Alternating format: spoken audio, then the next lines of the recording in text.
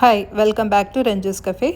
ഇന്ന് നമ്മൾ ഒരു ഡയബറ്റിക് ഫ്രണ്ട്ലിയും പ്രോട്ടീൻ റിച്ച് ഫൈബർ റിച്ച് ആയിട്ടുള്ള ഹോഴ്സ് ഗ്രാം അഥവാ മുതിരയുടെ കറിയാണ് ഉണ്ടാക്കാൻ പോകുന്നത്.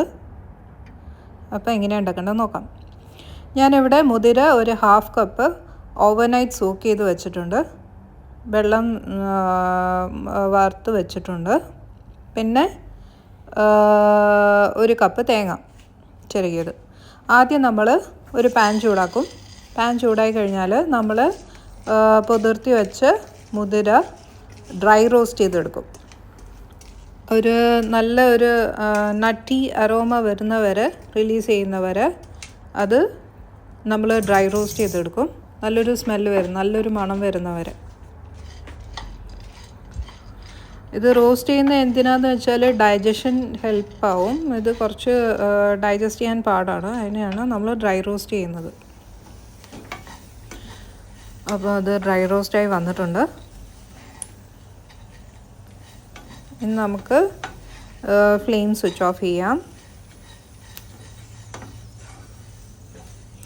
ഇത് കോൾഡിനൊക്കെ നല്ലതാണ്, കഫം പോകാനും. പിന്നെ ഡയബറ്റിക് ഫ്രണ്ട്ലിയാണ്. ഡയബറ്റിസ് ലോ ആനും ഇത് ഹൈ ഷുഗറിൽ ലോ ആനും ഒക്കെ നല്ലതാണ്.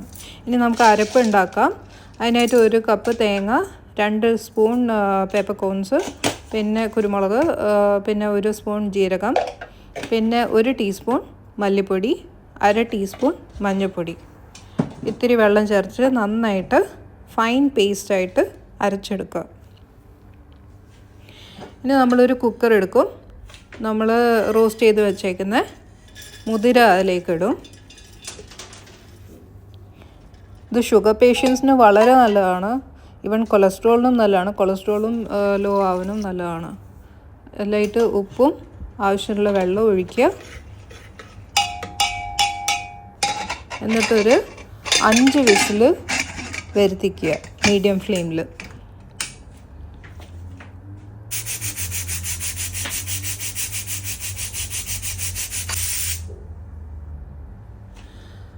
അപ്പം നമ്മുടെ മുതിര കുക്കായി വന്നിട്ടുണ്ട്.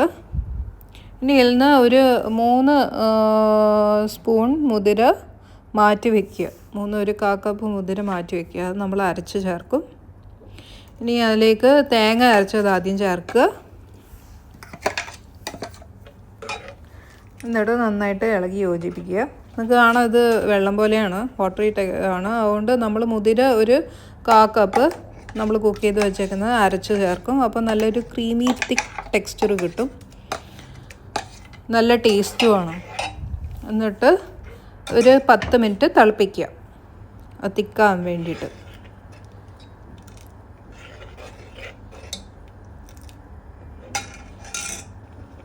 അപ്പോൾ നല്ല തിളച്ച് തിക്കായി വന്നിട്ടുണ്ട്. ഇനി നമുക്ക് തീ ഓഫാക്കാം.